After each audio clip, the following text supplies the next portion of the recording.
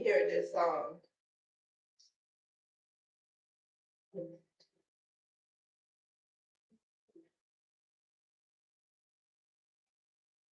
Sitting here from my best,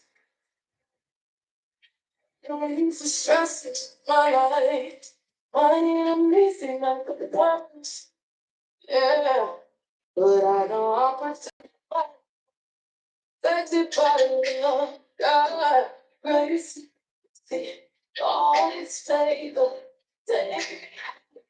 Just like skyscraper, every time I turn around,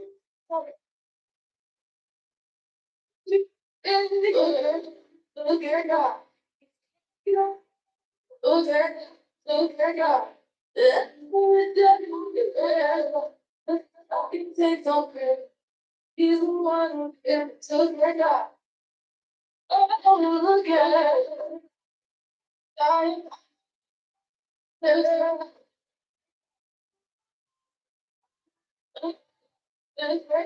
Take no credit. He's the one who can took my God. I'm like a fuse. I know it's done. Wait, like a fuse. I'm everybody's gone. Already. Everybody got it first time. He goes my mind.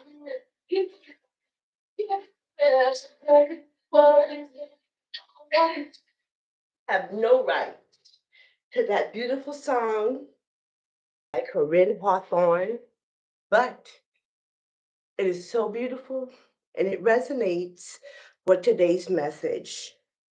Okay?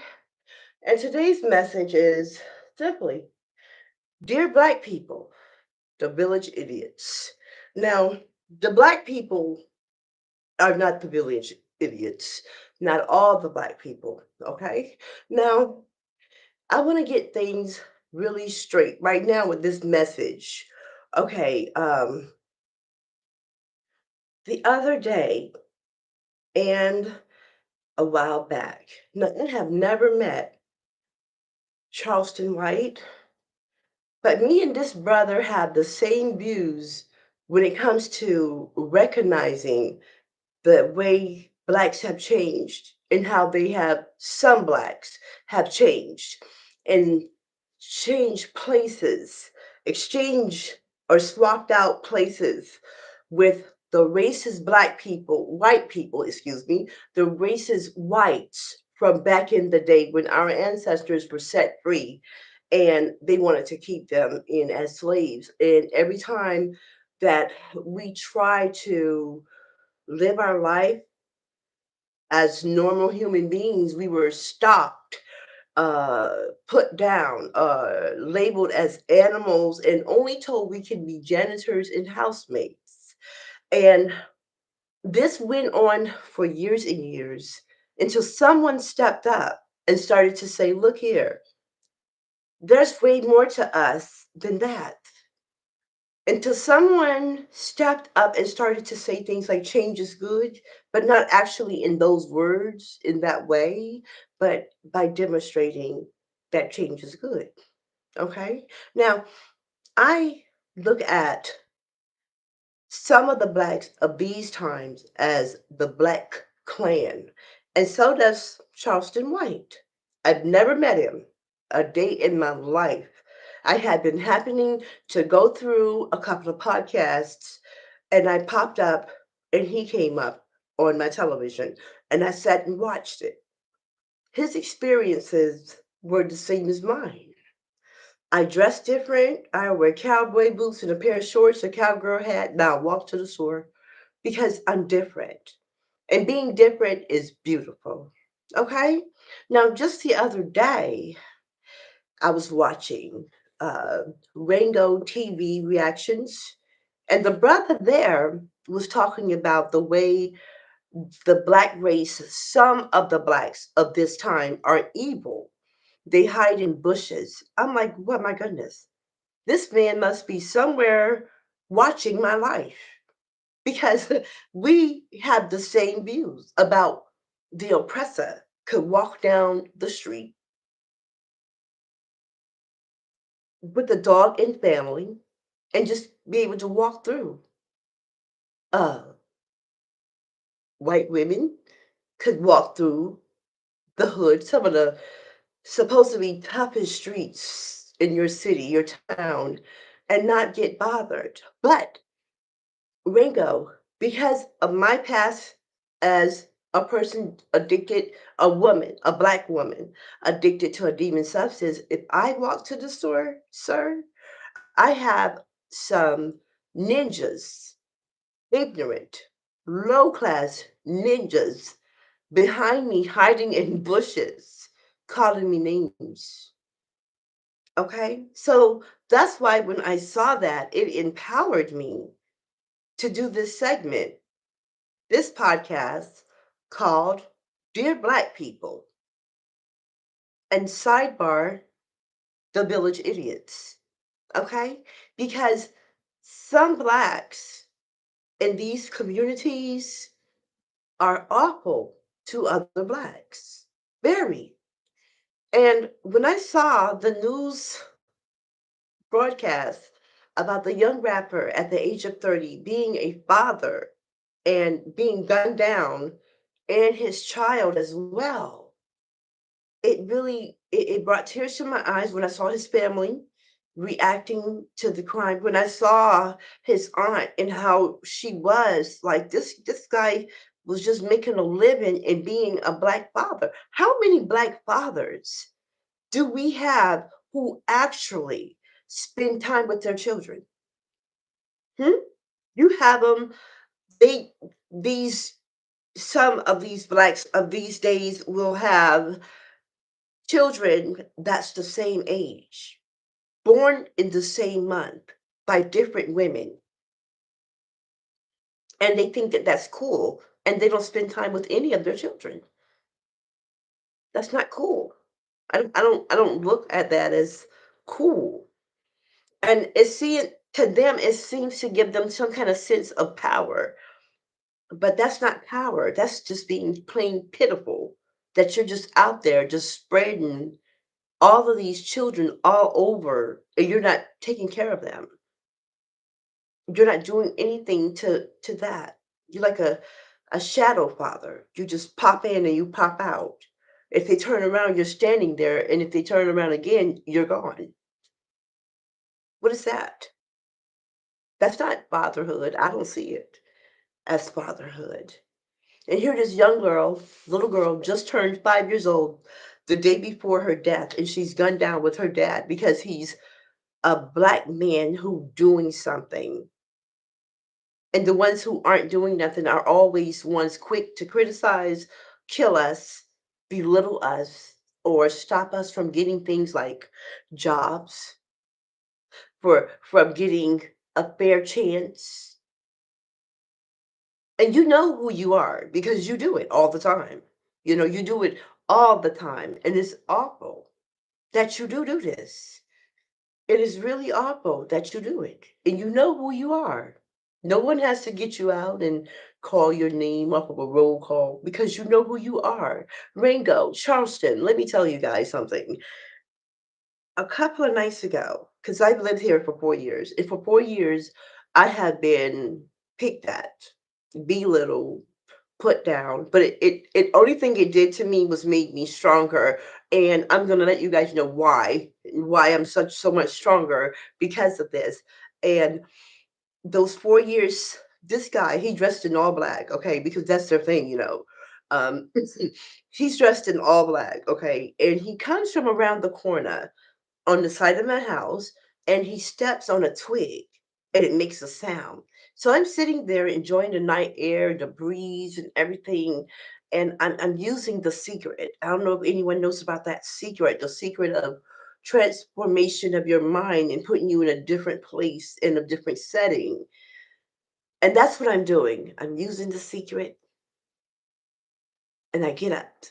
And when I get up, what this guy is used to and his watchers that watch him be ignorant is used to be doing is just getting up and going in the house. And when I close my door, then that's when he'll yell out louder, the bad names that he's calling me. And instead, I went around to where he was.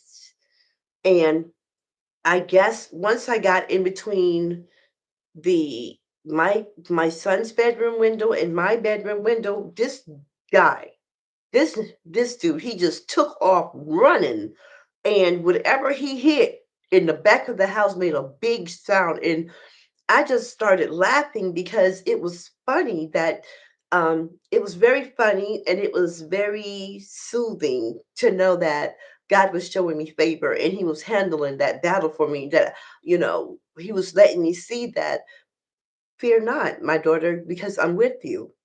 They fear you because of your change in life. So when you have changed your life for the better and have gotten your things together, you got to deal with these that have not gotten their stuff together, or who are afraid of doing good things in that place where you are. Okay. So that's what I have been dealing with, only because of a woman who is terribly envious and jealous. And I have done the complete opposite of what was said about me, what I would do. I haven't did that. Instead, I'm 12 years clean of a demon substance, 2 years clean of marijuana, and living my life great and loving it in this place, because I know that I have no reason to be ashamed of my past. I take my past and I share it, because that's what a village leader does. Okay. But because of my past and others like me who have a past of a demon substance abuse, probably in and out of jail because of mistakes and alcoholism, but we've stopped those things in our life. And we're looked on like the least of these. We get picked on, we get talked about, we get bothered. No matter where we go, we get bothered and we get picked on, and they look at us like we're nothing because of our past. But what they don't realize is what they're doing is stopping the future of their ancestors behind them, that's going to spring forth from their lions. And what we're doing is making a difference, and they're not making a difference, because if I was a village idiot, then what I would do is sit on my information. I wouldn't tell no young girls anything. I would not tell them about my teeth, why they're the way they are because of a demon substance. I wouldn't say a word. I would just let those girls grow up and make a mistake. I wouldn't try to school them. I wouldn't tell them about being in jail. I wouldn't tell them about being on a demon substance. I wouldn't tell them what it would do to their teeth, or how people will just keep remembering them for who they are, used to be, and not for who they are and what they stand for now. If I was a village idiot, I would be a 51-year-old older Black idiot that does not tell young Black people about the dangers of drug addiction, how it will cause them to self-destruct if they don't get help, if no one cares for them, how it would let them go on and on with that lifestyle. If I was a village idiot, then I wouldn't tell them that. I would deny my past life and my past mistakes. If I was a village idiot and I did never do those things, and what I would be doing is looking down on people who have, if I was a village idiot. So that's why I wanted to explain to people about the village idiot. Those are the goody two shoe ones who are watching young people make mistakes and not trying to help them not make those mistakes. They encourage it. They turn the other cheek. They turn a blind eye. In other words, they don't try to tell them, look, that what you're doing is, one thing, you're young and you are belittling an elder of someone that can help you. So you're shortening your days. You're frowning on God's creation and His work, because that person did not deliver themselves from drug addiction, going back and forth to jail, alcoholism, or anything that we can share and educate people with. You feel me? We didn't do that ourselves. And being that we have the courage to be disliked for even stepping to the plate to claim what we've been through and to share that it was God that did it for us, we are blessed. We are going to be first because we are looked upon in the hood as the least of these. People belittle us, they talk about us, they try to bring so much drama in our life, they try to keep us underfoot, but they can't. They cannot do it because we're not fighting that battle. We have turned it over. So therefore we don't have problems. Problems have problem with us living right, thinking right, acting right, being right. That's what problems have problems with us. So, no, I am not a village idiot. I would not laugh at the wickedness that I see young people do. If I see young people about to fight, of course I'm going to tell them, look, it's a bigger picture here. The enemy is not just after you and you. They're after your mom, your dad, your big brother. Someone in your family is going to react to what you're doing and they can be killed. So don't do that. Let me tell you now, being that times have changed, and the village is not the village. I'm going to read something to you that I wrote, that I was led to write by the Holy Spirit this morning so quickly. Um, it seemed quick, but it really wasn't because how would you know about history? Okay, this is something that I need for my people to understand is how would we know about history if someone didn't write it? Hmm? The experiences that our ancestors went through are supposed to change us for the better, but it doesn't because there's no one in the village who won't be looked upon in a bad way that can speak to you people. That's because someone is guiding you, poisoning your mind to look down on people like me, people who have been addicted to a demon substance with knowledge, experience, wisdom to tell you don't go that route.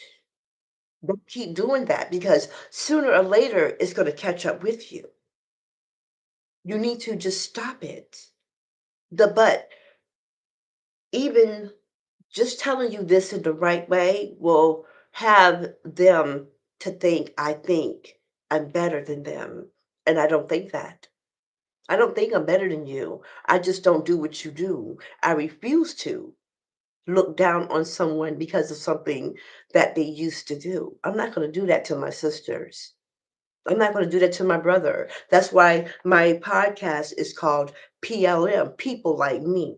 I am my sister's keeper. So if I am going to be the keeper of my sister, she will know what I've been through. I don't want her to go through.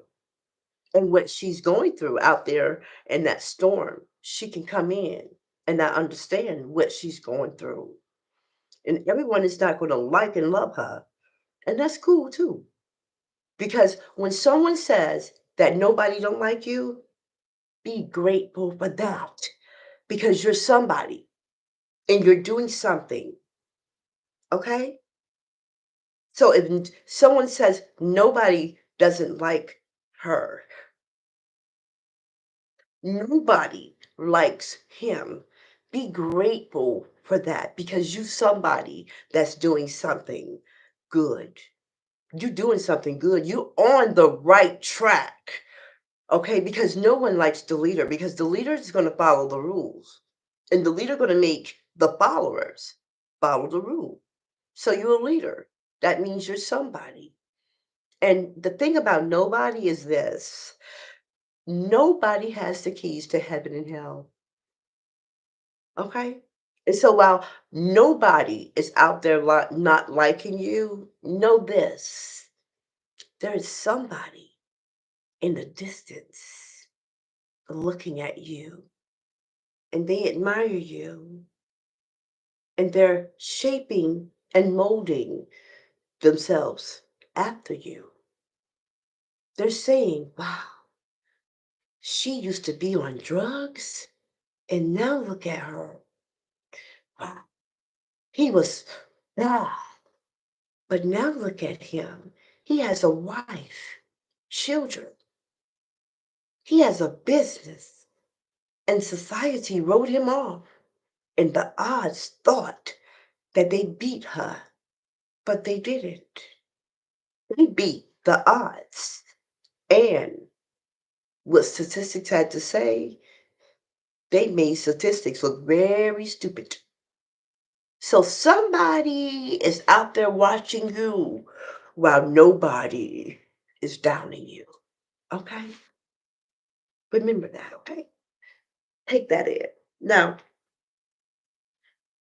when you have women like me, black queens like myself, who have been out there in the storm, dark storm, and the wind, the debris, and everything has tossed and turned us, and we have nowhere to go, but we run to God, okay? We run to Him and we run to people like us because they're there.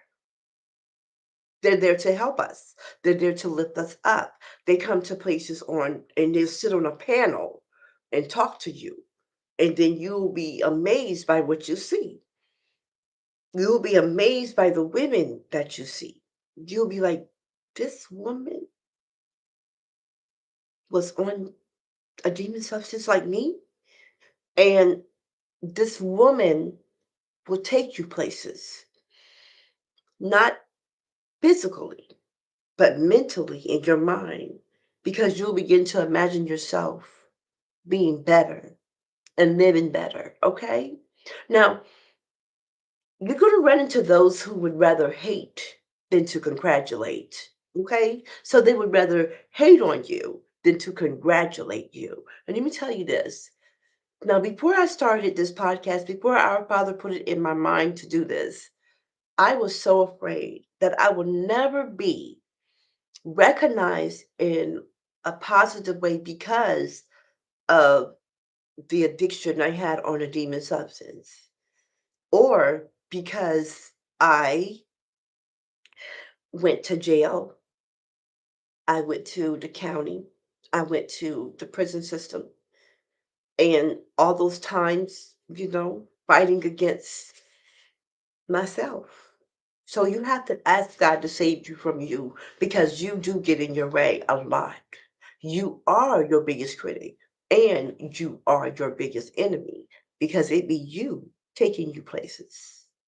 Which you have a choice not to go to those places. But if you go, who took you?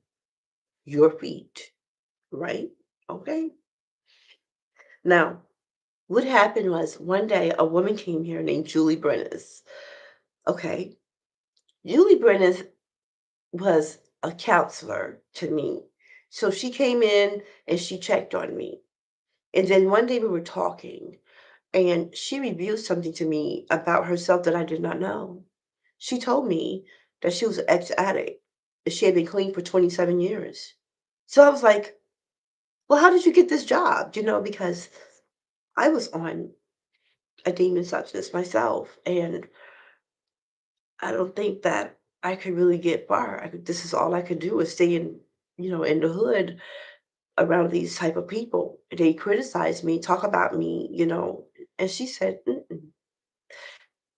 You and your past life are needed.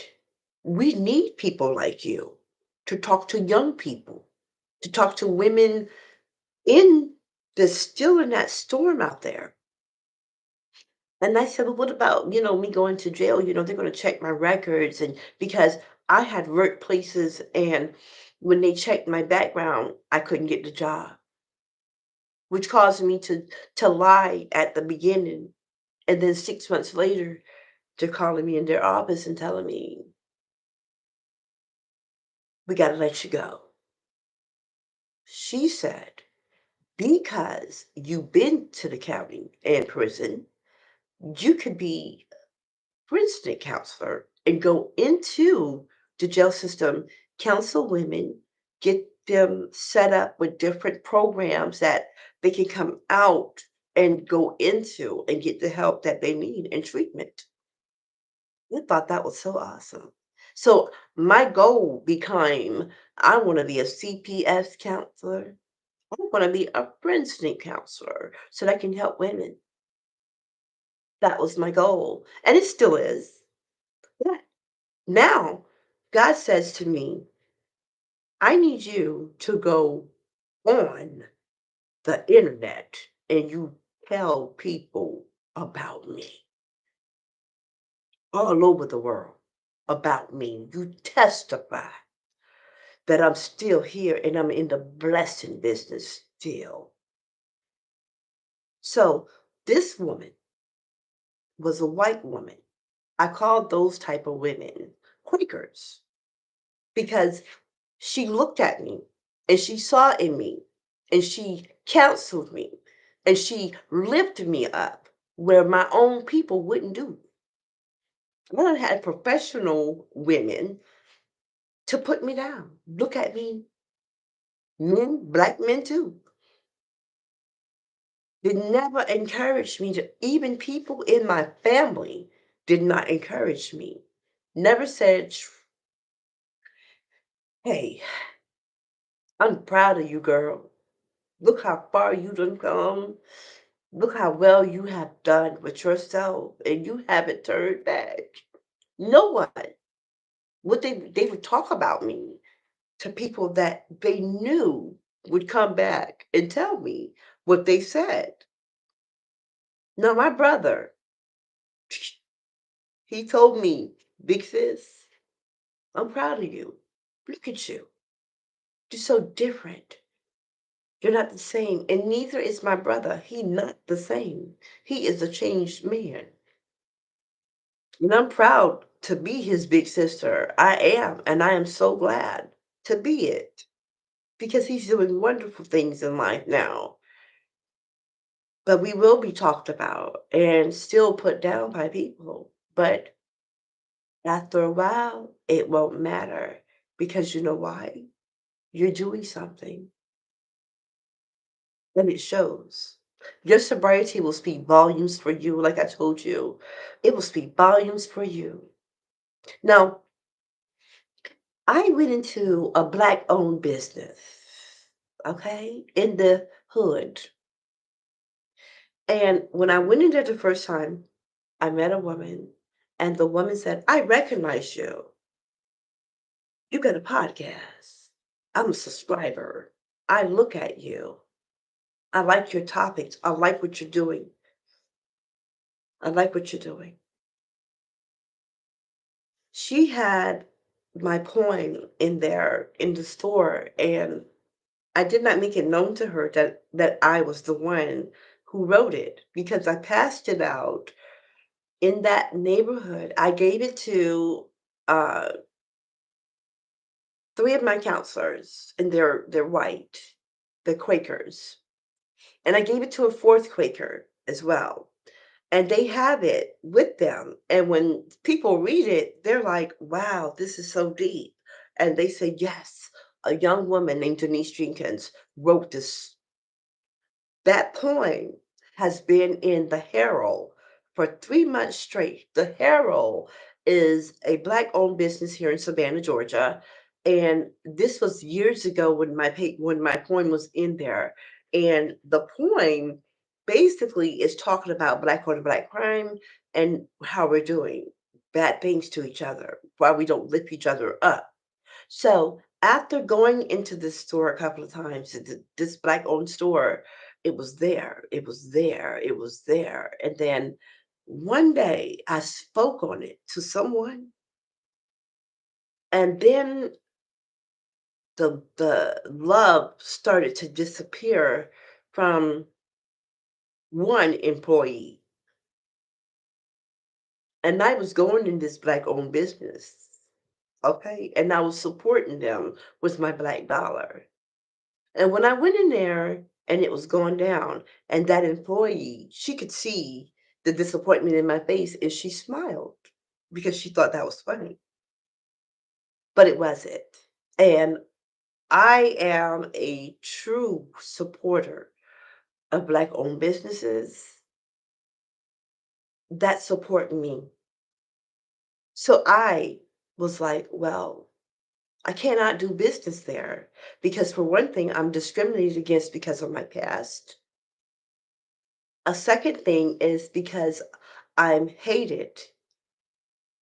Now, that took me back again to when our ancestors couldn't go into stores and try on shoes. They had to draw our foot size and then give us the shoe. And sometimes they didn't even give us the right size. That's how much they hated us. If you look at footage of Black men in suits, the suits are high water. The sleeves are up here. You know why? Because they couldn't go into the store and try it on. And stores that we could go into to do shopping, they had the good fruit and good stuff on the back.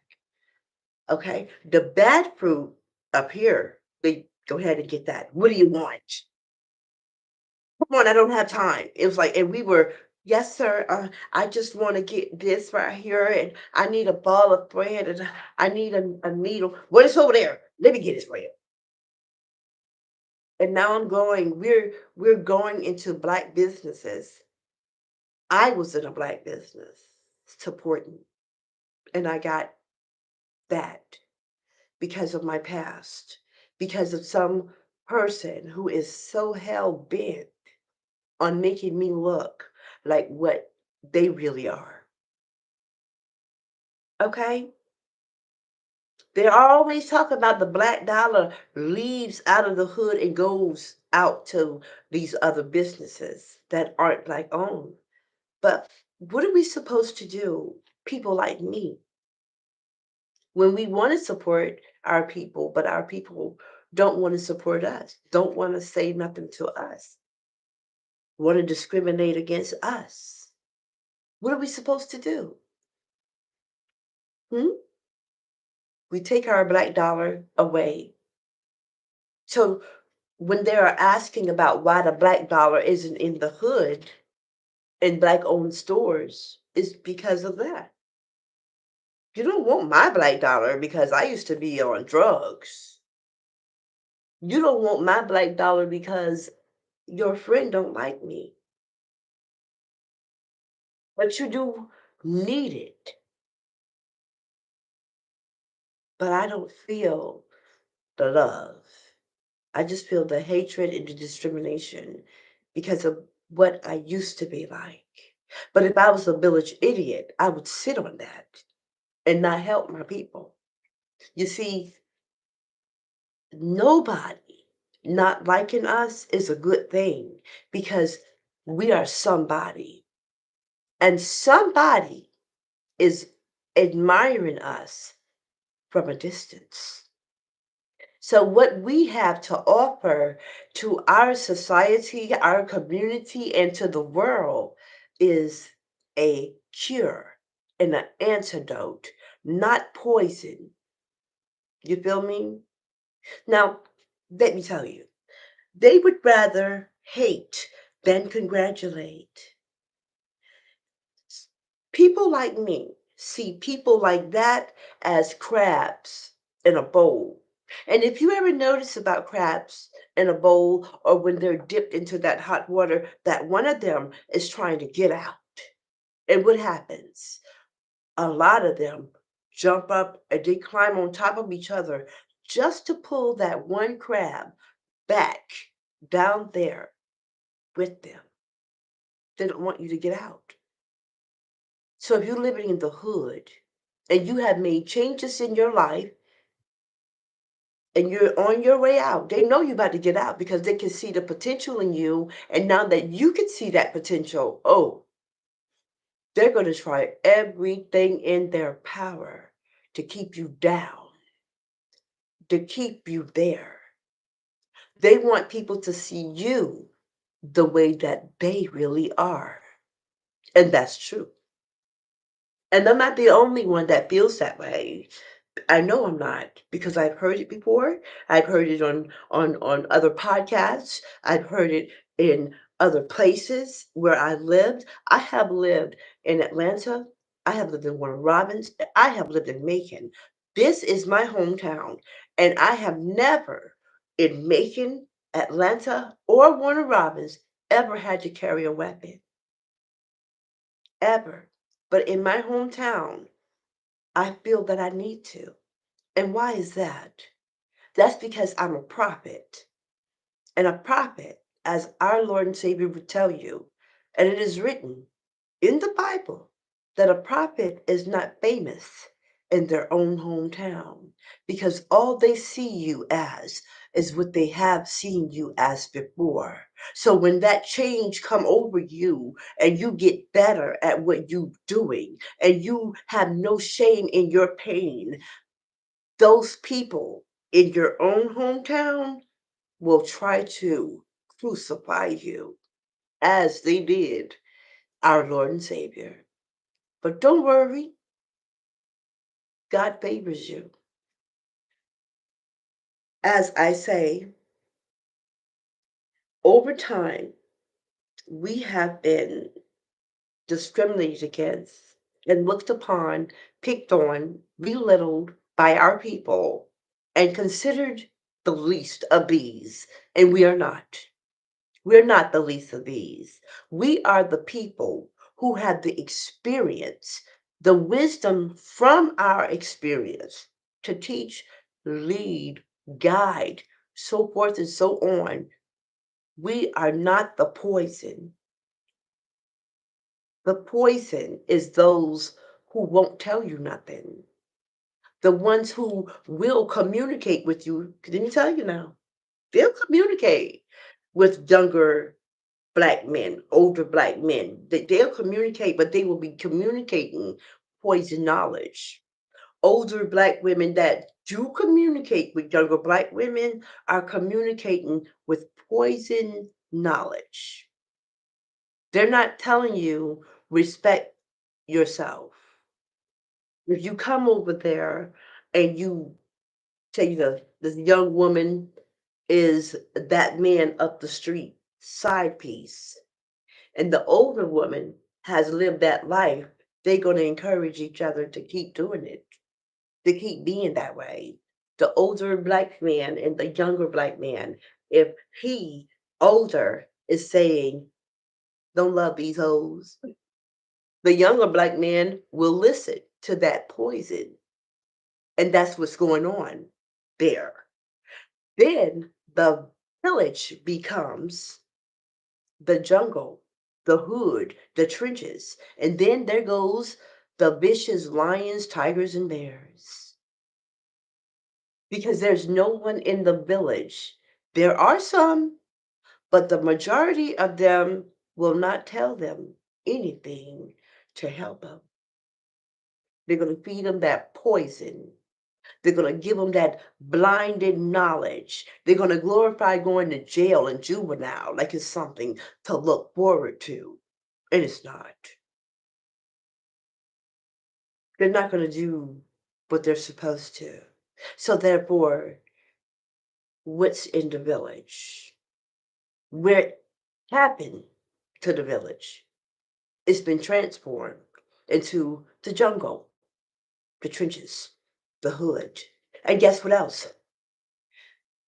Young blacks, older blacks who are poison give each other names like hood rats, street rats, etc., onto other names I cannot say. And women like me who have changed we have went through this change and we have given the glory and given up all of that and we're different. If older black man was to see us or some black women who are afraid of us because we're no longer out there. Our whole life is transformed. the way we eat, dress, think, the music we listen to, the way we live has completely changed. And they are afraid of that because now we can have what they have and more. And it's visible. The men can never no longer have us. So then we become filth to these men. We have a problem with our bodies. And that's only because they cannot have it. And the women are afraid, jealous, and envious of what we have become. So therefore, yes, they're going to talk about us to men and women, but we do not care because we know us. We know who we are. And once we can see how the poison is being spreaded, it's not like we're hiding from these people or running. Mm-mm, mm-mm. What we know is we're not the same. We are different people. And we know the beauty of being different. We know it, but they don't because they all think alike on the same accord. So there comes the bad names that they start to name each other. And then they want to name you too. And you're not a part of this. They want you in the street rat race. They want you in the hood rat race, but you're no longer a part of that. You're doing something extremely well, and they don't like it. They want you to stay in that hard, balling hood, that jungle, those trenches. They want you to fight with them. They want you to argue with them. They want to sit back and pick at you, try to make you angry, where you will be arrested or something. And they even have some uniforms that they know. Okay, they do. That's why some people in the hood, when they call the police and the police do not do their jobs, when the police do not react the way we think they should be doing, is only because they know these people already. There was a case in Savannah where this woman, a Quaker, her children kept being picked at by a local gang in that area, and her kids were not like that. Okay, this woman, this Quaker woman, her children were mixed, and the other children weren't. They were all black. And they kept on trying to get these kids to fight them because they were different. This woman ended up sending her children away from here for their safety because she feared that they would hurt her children, and they would have. And she called the police several times. The news reporter asked her, "What did the authorities say?" This Quaker, she looked at the reporter and she said, "Oh, they know what's happening. They know. That's why nothing is being done."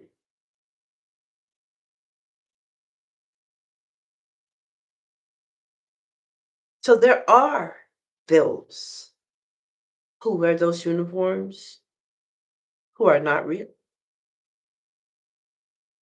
They're not. And when we call the cops on these people who constantly harass us and they do nothing, it feels like we're calling the police on the police. Now, all polices aren't like that. I'm telling you, they're not. I have seen them, the real sons and daughters. I've seen them in action and I look on their faces. I've seen them and I know they exist. And I've seen those who know your oppressor. I've seen those who know the person who is after you, who picking at you, okay? And since they know this person, they're not going to help you. They're not. Okay. Now let's get down here to what I was led to write, which is about everything about that, basically. They do want people to see you as they really are because you've changed your lifestyle. Okay. Now, after the pressure has been applied to us and we start to shine, we're shining in different ways. We're shining in ways to spread the word, ways to stop the violence, ways to stop the violence and the addictions in our areas. And when we step out, most of the time people try to step on us. Okay, so that's that, and that's how that goes. Now, it comes a time in your life when you have to realize that tricks are for kids, and you have to stop being the silly rabbit, whether you 15 or 55, 25 or 35. It has to be known. You have to stop being the silly rabbit. You got to mature. You got to change the way you think.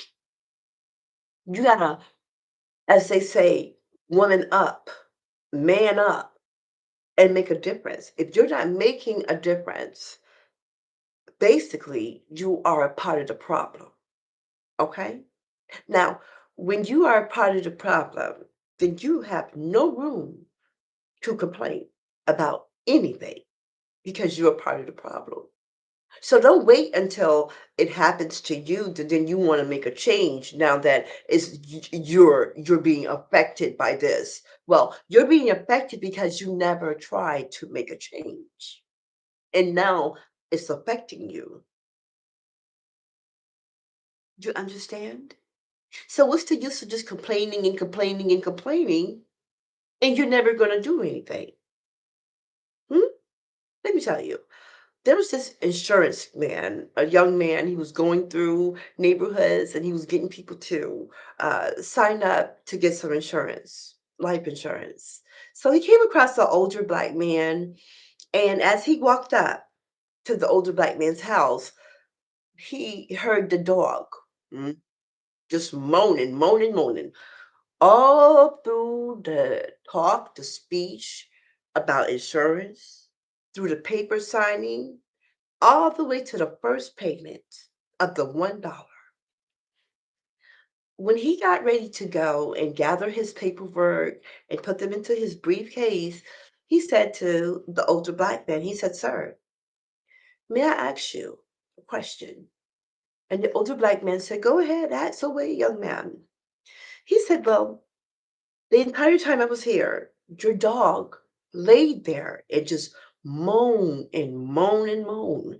What's wrong with them? Do we have a sickness?" And the older black man, he just laughed a little chunk. No, he don't have a sickness, son. What's wrong is he's laying on a rusty nail, and that nail is sticking him in the side. When he get tired of being poked, he'll move. He'll move. So when you all get tired of the hood being the way it is, and the jungle in the trenches, or whatever else you call these places, you'll do something about it. Because I tell you, the tomorrow that you create today is going to affect your children. They're going to be caught up in that. So basically, if you're in the hood or the jungle or the trenches and you're not making a difference, you are simply a clone of the ones that came before you. You are just like them.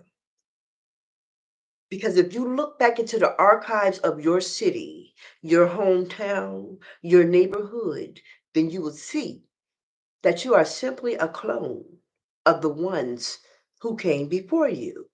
Nothing's been changed. Only thing has changed is that now you go in the bushes and hide and do your little thing.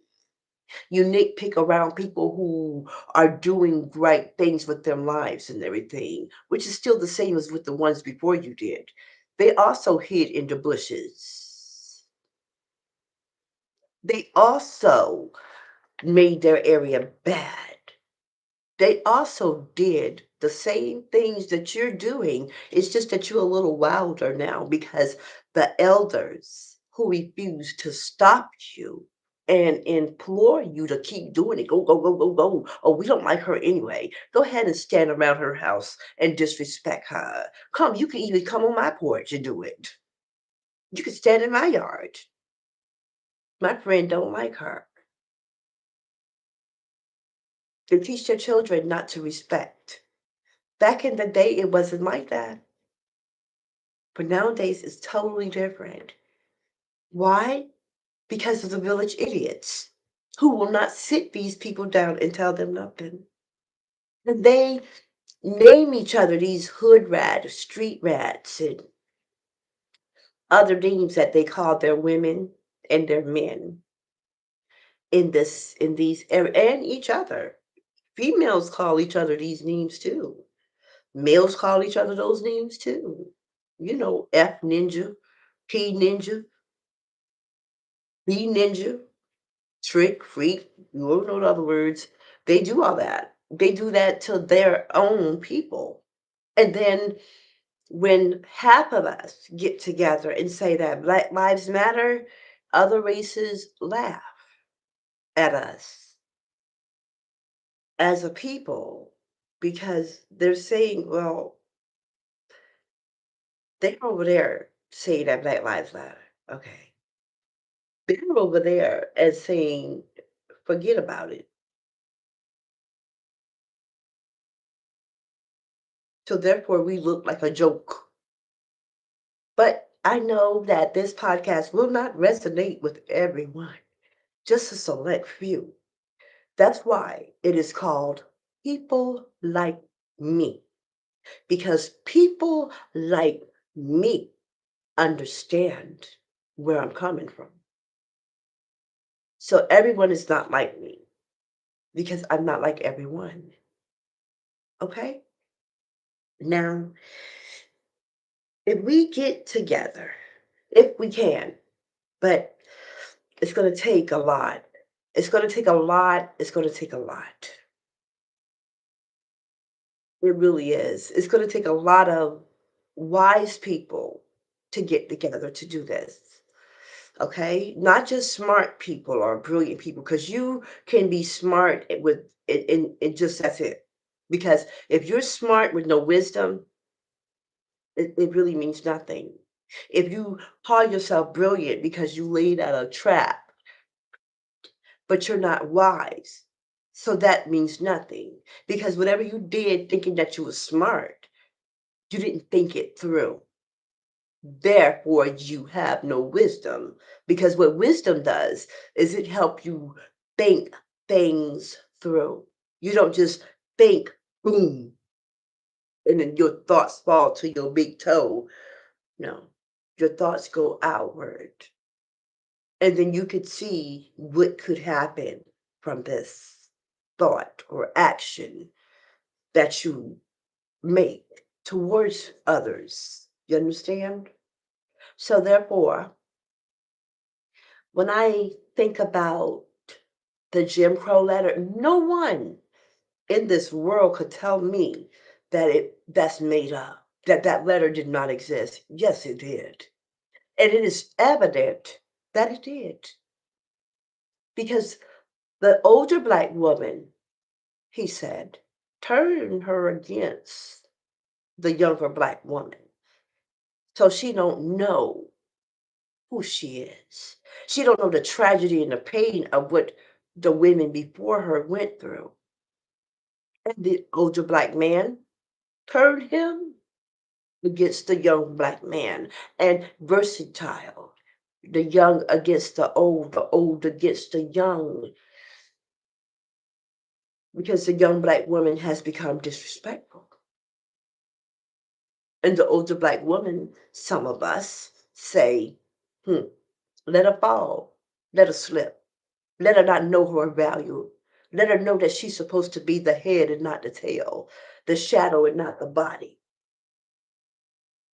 I told you, you make decisions, and your decisions, you will be judged by them if you have to go before a judge.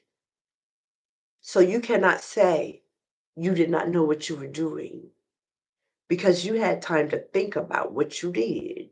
You had time to think about it.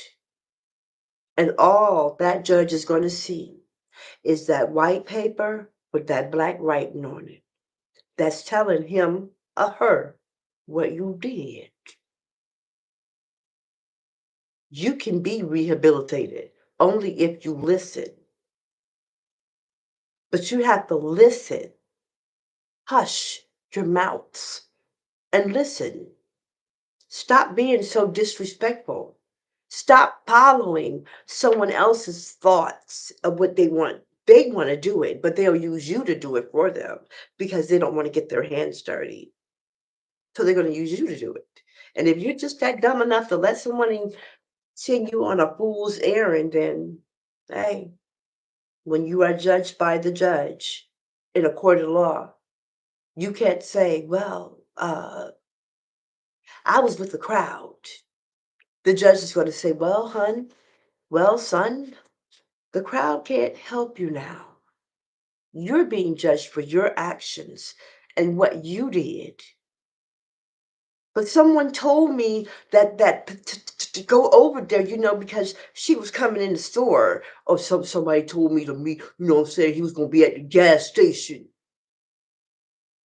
You chose to go blindly on a fool's errand, and now you're in trouble. So, us, people like me, who has experience and the wisdom, are always looked upon as the least of these. We are always picked on, belittled, and put down. That's why we thank God so graciously for the internet, for YouTube, so we can spread what we know, our knowledge, to those who want to listen, to those who have understanding, to those who want to come out of that darkness into the light, to those who know what I'm saying is foolproof. They know this. I'm not kicking nonsense. I am kicking knowledge. I love you all, my people. And if you're wondering about what my poem says, this is what it says. As I sit and reminisce about a long time ago when Black people, my people, couldn't go to the corner store, we all stood together because we all laughed. We all had that big fat monkey on our backs. No this, no that. Step back if you were Black. Then Martin Luther King came and changed all that. But it seems like over time, Black folks done lost their minds. Then hatred slid on in and brought Black on Black crime. Oh, I'm ashamed to say, yes, even here today, Dr. King lost his life for us to act this way. We treat each other bad. We make each other mad. We will kill each other dead over what somebody said. How will we ever change if we remain the same? We letting our prides drop. This here, we must stop. Stop Black on Black crime. Stop it. We ain't gonna have nobody left when the reaper comes to collect. Where would our Black men be if you keep killing each other? Where would the Black woman be if we keep killing each other? This has been Denise Jenkins with another edition of PLM, People Like Me. Dear Black people, the Village Idiots. Please subscribe to Our Father's podcast. Oh, please like it. Share your comments and share. I love you. Have a great day. I am my sister's keeper.